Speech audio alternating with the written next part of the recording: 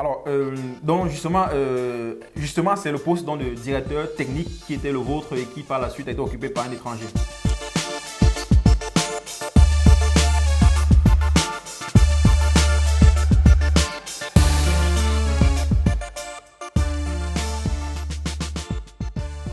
Oui, directeur technique qui était, voilà, par la suite, on va prendre sans...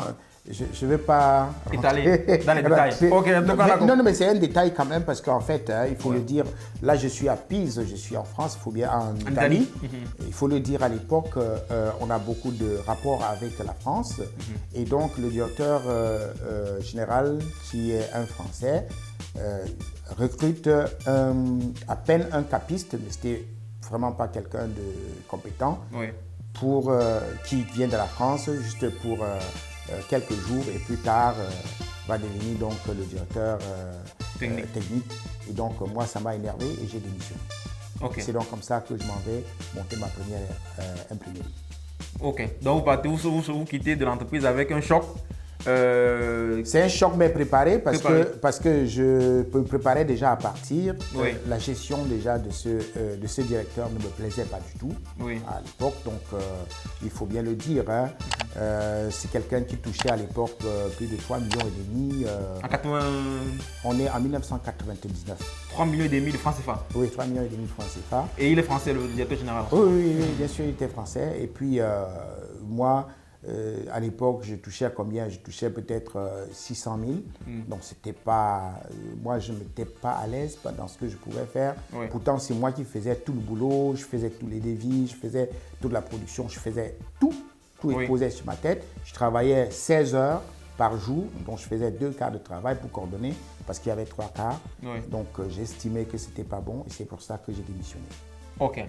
Et là, quand vous démissionnez, la première intuition, la première idée qui vous vient à l'esprit, c'est de faire une autre imprimerie ou c'est faire quel business? Déjà, j'avais déjà discuté avec les responsables de l'époque, donc j'avais déjà commencé à me préparer, donc les économies. J'avais acheté ma première machine à Rouen, en France. Et à l'époque, j'utilisais les fax pour pouvoir travailler. Donc, j'ai fait importer donc, ma première machine de Rouen que je vais donc installer puisque le client n'était plus celui qui me permettait de travailler. J'avais déjà, dès la première année, je voulais créer quelque chose. Et c'est pour cela que cette année ne me semblait plus assez propice pour pouvoir continuer à travailler. J'ai mis à exécution ce que j'avais fait. J'ai démissionné et avec mes économies, j'ai acheté ma première machine et j'ai donc commencé à lancer ma première imprimerie. Et j'ai innové, c'était assez intéressant. Elle a grandi pour faire la différence au fil des ans, pour former les jeunes. Et nous avons misé effectivement sur les jeunes que nous avons encadrés. Et ça, c'était une de mes premières joies. Pendant que, bien évidemment, que le créateur d'entreprise que j'étais trouvait son gagne-pain, il y avait beaucoup d'autres jeunes que nous étions en train d'employer. Il faut dire que nous serions la première industrie polygraphique, c'est-à-dire imprimerie, à pouvoir innover, à porter le pelliculage au Cameroun et que toutes les autres imprimeries dépendaient de nous, même les plus grandes à l'époque. Voilà, c'est quelque chose que nous avons révolutionné. Et quand on avait quelque chose de difficile dans le métier, on revenait directement vers nous pour dire, mais tiens, il faut aller à Alpha Print.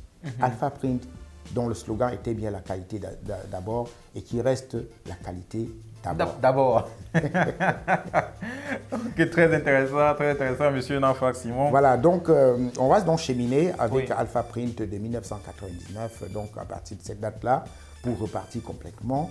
Et vers les années 2008, nous avons créé Elecma. En 2011, nous avons créé Alpha Print Chang. Ensuite, nous avons créé, on a fait un partenariat avec Trevo Cameroun. Après, nous avons créé le laboratoire d'analyse médicale Fleming. Nous avons créé le centre médical Bionatura. Et entre autres, on aura créé Business Solution Provider, donc pour les entreprises. Donc voilà à peu près les entreprises que nous avons pu mettre sur pied pendant tout ce temps pour apporter une différence dans un environnement où beaucoup de jeunes ne voulaient pas entreprendre. Ok. Aujourd'hui, avec le recul que vous avez et aussi les difficultés que vous avez eu à traverser, Est-ce que vous pouvez vous rappeler de une anecdote qui s'est déroulée durant votre parcours en tant que à la tête et propriétaire de Alpha Prince?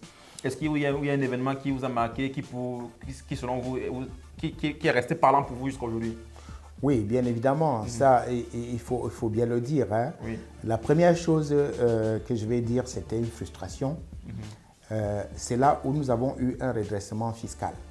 Oui. Voilà, un redressement fiscal où, à l'époque, l'inspecteur des impôts va venir dire, il viendra pour nous dire, bon, écoutez, on va vous faire un redressement sans...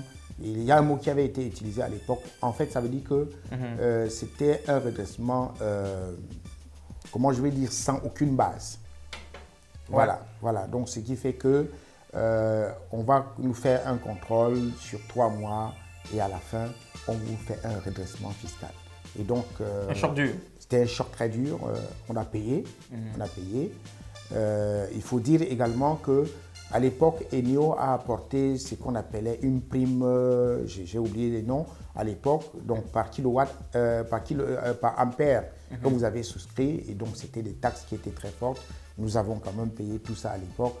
On a eu aussi l'environnement du travail, qui a apporté certaines difficultés. Vous voyez, c'est pas évident de pouvoir effectivement entreprendre en tant qu'un jeune, mais il faut avoir de la témérité, il faut avoir du courage, il faut avoir de la niaque. Et puis, quand on est passionné pour l'entrepreneuriat, surtout que j'avais un rêve d'apporter une certaine solution au niveau des jeunes à l'époque, je crois qu'on a foncé comme j'ai foncé dans cet environnement qui semblait être difficile. Oui. Le fait d'avoir innové dans ce domaine a été assez intéressant. Nous avons également eu des marchés que nous avons fait. Par exemple, le livre scolaire que nous avons fait à l'époque, c'était préfacé par le frère Mendozé, professeur Mendozé, avec le professeur Fernandez qui est encore vivant aujourd'hui, pour lequel nous n'avons à peine eu que le 8e de la somme qui était prévue.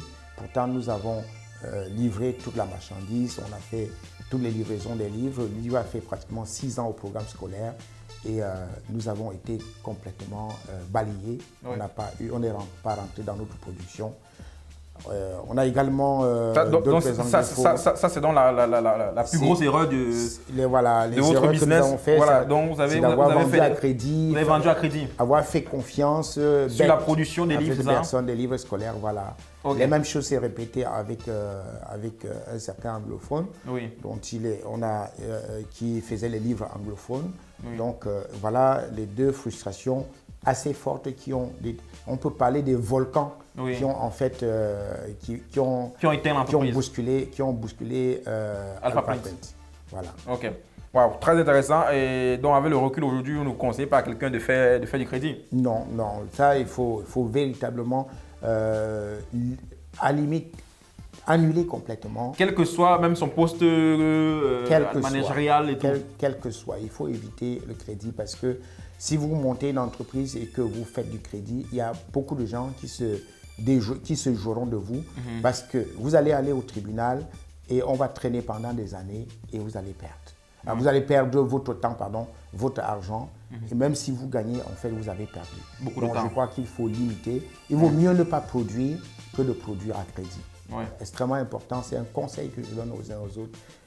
C'est des erreurs qu'il ne faudra pas le refaire. Okay. Bien évidemment, avec toutes les joies qu'on a eues d'avoir formé des jeunes aujourd'hui qui sont devenus des gros imprimeurs, on a également des jeunes que nous avons formés qui aujourd'hui vraiment sont des meilleurs dans tout le Cameroun. Ils ont trouvé un métier grâce à nous, ils ont gagné leur vie, des familles. Ils ont gagné aussi, surtout l'expérience aussi. L'expérience des familles. Ils ont monté des familles, ils ont construit leur maison, ils ont acheté leur voiture, leur terrain et tout ça. Et ils sont même plus, comment je vais dire, ils sont plus prospères que moi aujourd'hui. Je suis content quand je trouve ces merveilles. Voilà.